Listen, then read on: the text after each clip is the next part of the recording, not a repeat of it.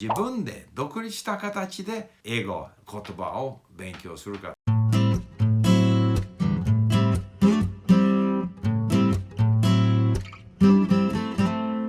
こんにちは。こちらスティーブ・カープマンです。今日はどういうふうにして自分で独立した形で英語および言葉を勉強するかという話なんですよ。僕のビデオ好きであればぜひ登録してください。鐘のところでクリックすれば知らせ届きします。そして僕と一緒にリンクでまた言葉を勉強してください。大部分の人たちはその言葉を勉強するときに学校行くわけですよ。その学校行ってですね、その先生がその言葉を教えてくれると、そういう態度の人が多いわけですよ。どういう内容のものを読むか聞くか、どういう文法の部分を勉強するか、すべて先生が決まる。先生がこの言葉を知ってると。生徒が言葉を知らないと。だから当然知らない人が知ってる人から勉強するわけですよ。だけども僕のそのやり方はそれとは違うんですよ。やはり言葉はある。この英語なら英語、日本語なら日本語。この言葉が存在するわけですよ。誰でもそれを発見っていうか勉強することができるわけですよ。学校行っても行かなくても自分で勉強しないといけない。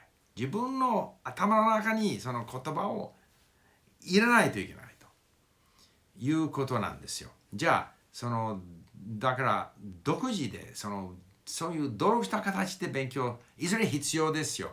学校行っても独立した形で勉強しないといけない。それをどういうふうにすればいいかと。僕の場合は自分のリンクを使ってるわけでしょ。だからそこにたくさんの内容がある。そしてできるだけ毎日ですね、そういう例えばコースがあるでしょ。そのコースの全コースのオーディオを聞くようにこの機能があるわけですよ。それを押せば、そしてもうその日はそのコースを聞くんですよ。順番で聞いてもいいし、あるいはシャッフルしてですね、あれですよ、混ぜて聞くこともあるわけですよ。で、聞いたら知らない部分があるからそれを読むんですよ。だから僕の独立した勉強方法がそういうふうに聞くというところから始まるわけですよ。で、独立した形で勉強するというのは自分でその言葉にもうアタックするわけですよ。直面する、聞く、読む、入れておく。しかし当然知らない単語があるから、それをリンクであればオンラインの辞書で調べるわけですよ。単語やフレーズも調べられるわけですよ。文法については知らない部分があれば僕はいつも文法の本を買うんですよ。やはり買うけれども薄いちっちゃな、これはたまたまオランダ語ですけれどもこれだけしかいらないんですよ。たくさんのドリルとかテストとか質問とか実際はいらないです。簡単な説明、基本のパターンの説明、その説明読んでも忘れるからもう一度何回も読まなければならない。だからこういうような本は何回も違ったところへもう同じルール、同じ説明を見て少しずつ頭に入ってくるんですよ。入ってくるというのはたくさん聞いた、たくさん経験があるからすでに知ってる、経験してあるものに対する説明だ。その説明が確認という形で入ってくるんですよ。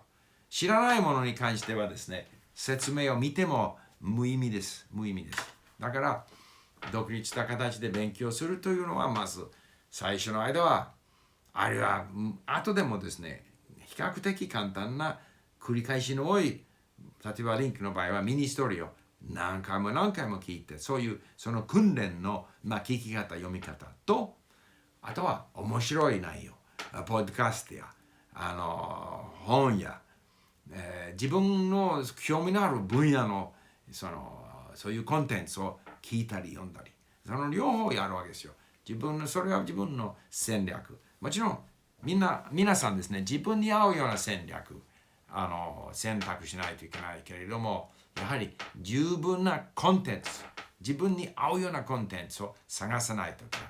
僕は中国語を勉強した時に、もうこれは50年前ですけれども、香港の本屋さん行ってそういうあれですよ、テキストとそして語彙表、英語に翻訳した語彙表の揃ったもののそういう本、しかし中国の政治や歴史やそういうあるいは現代小説できるだけちっちゃなね断片小説っていうんですか、そういうような材料を探したわけです。だから独立した形で勉強するというのは自分でコンテンツを探さないといけません。先生がこれもう読みなさいと、そうじゃなしにこれが自分にとって面白いというものを読めばさらにその感情が良くなる。好きな声を聞いたり、それを自分で選ぶわけですよ。先生が選ぶんじゃなくて自分で選ぶ。そして言葉について何か知りたいときに、先生が唯一の源じゃないんですよ。その言葉のいわゆる説明ですね。英語なら英語。この Google すればすぐ知りたい部分だけ Google すれば説明が来る。で、そしてその時に自分がそれを知りたいというあるいは積極的にですね、好奇心があれば多分紹介できるんですよ。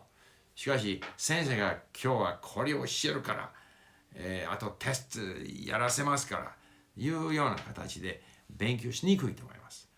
いずれ自分でもう学校行かなくてもいいし、行ってもいいし、ほとんどそれ指導権を取って勉強しないといけません。